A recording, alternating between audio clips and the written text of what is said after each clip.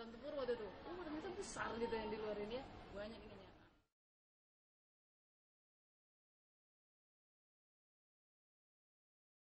Terus ini awalnya boleh dikatakan kalau ada satu buku yang dari Pak J Bang mengatakan The Power of Kepepet, nah, malah saya kalau bisa bawa buku sendiri judulnya The Power of Kejepit gitu kan. Artinya apa?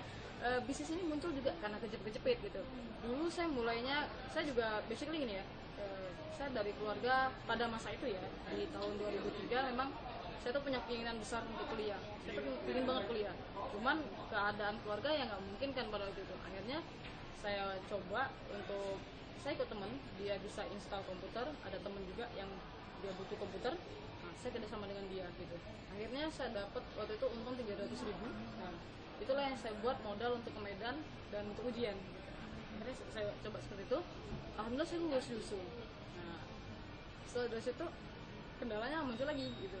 Ya orang tua saya jelas nggak mampu untuk masukin itunya. Akhirnya kita sama-sama sharing, ibu saya jual tanahnya gitu kan, bayar untuk saya kuliah. Tapi saya punya satu itikat waktu itu, saya punya janji, setelah dari begitu saya masuk, saya harus jadi orang. Saya pengennya setelah tamat paling nggak saya kerja di perusahaan besar gitu kan, harus seperti itu. Itu masa itu ya tahun 2003. Nah, saya mikirnya seperti itu.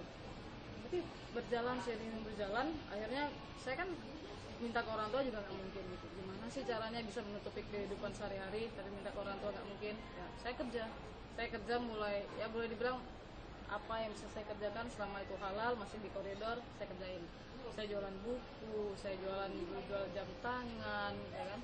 Apa lagi ya, saya jual tali pinggang, semua saya kerjain.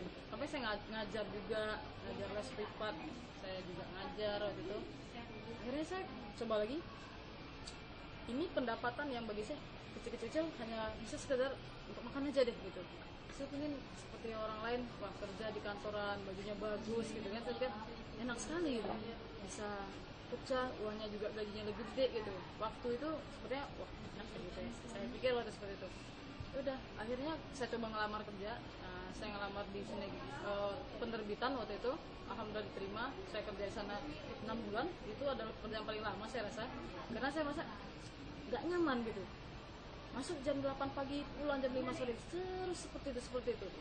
Sepertinya waktu saya hanya dari jam 8 sampai jam 5 sore itu hanya dihargai, pasti waktu itu paling 1.200.000 gitu kan. Ada sesuatu yang berbeda, saya bilang. Akhirnya saya harus keluar nih dari perusahaan ini, saya harus buka usaha. Gimana nih caranya kan? Dulu pun sebelum saya kerja, saya waktu itu sudah bermain dengan handphone sih. Awalnya karena temen juga, dia punya handphone rusak gitu. Dia pingin ini handphone benerinnya kemana, dia bingung. Kemudian ada teman yang pengen jual handphone gitu kan, jualnya juga kemana, mereka bingung. Karena kebingungan mereka, akhirnya saya ketemu satu ide gitu kan. Oh, handphone mereka ini bisa saya jual sini di toko ini misalnya kan. Terus untuk perbaiki ini saya bisa bawa ke teman. Pelan-pelan kayaknya menarik kalau saya bisa untuk perbaiki handphone itu sendiri. Saya belajar secara otodidak, saya lihat buku ya kan, saya baca buku, saya lihat internet gitu. Otodidak saya belajar, belajar sendiri, ya semua saya pelajari sendiri. Dan setelah itu alhamdulillah bisa gitu kan, bisa. Saya beraniin setelah keluar dari perusahaan, saya beraniin untuk buka toko sendiri gitu. Saya buka waktu itu di Pajak Usni. Itulah toko pertama saya gitu kan. Saya buka di sana, seiring berjalan ditawarin sama temen tuh, Kak ini kayaknya bagus nih, coba ikut kompetisi ini gitu. Saya ikut kompetisi Wirausaha Muda Mandiri tahun 2008 waktu itu. Saya ikut, alhamdulillah saya terpilih untuk berangkat ke Jakarta. Jadi perwakilan Sumatera, saya ini ke Jakarta, angkatnya ke Jakarta. Itu sampai di Jakarta, saya ngeliat, wah gila. Kalau saya mungkin merasa yang penting saya kerja hari ini, saya bisa makan. Hanya itu aja di pikiran. Jadi saya nggak mikir harus buat sistem, kemudian harus punya karyawan atau apa, itu tidak terpikir pada waktu itu. Jadi saya melihat ternyata teman-teman yang di Jakarta itu muda-muda gitu, mereka jauh lebih hebat dari saya gitu. Artinya saya seperti katak dan tempur waktu itu. Ternyata besar gitu yang di luar ini ya, banyak ininya. Nah, saya belajar dari mereka. Alhamdulillah saya juga dapat coaching dari Bank Mandiri waktu itu, kita dapat pelatihan.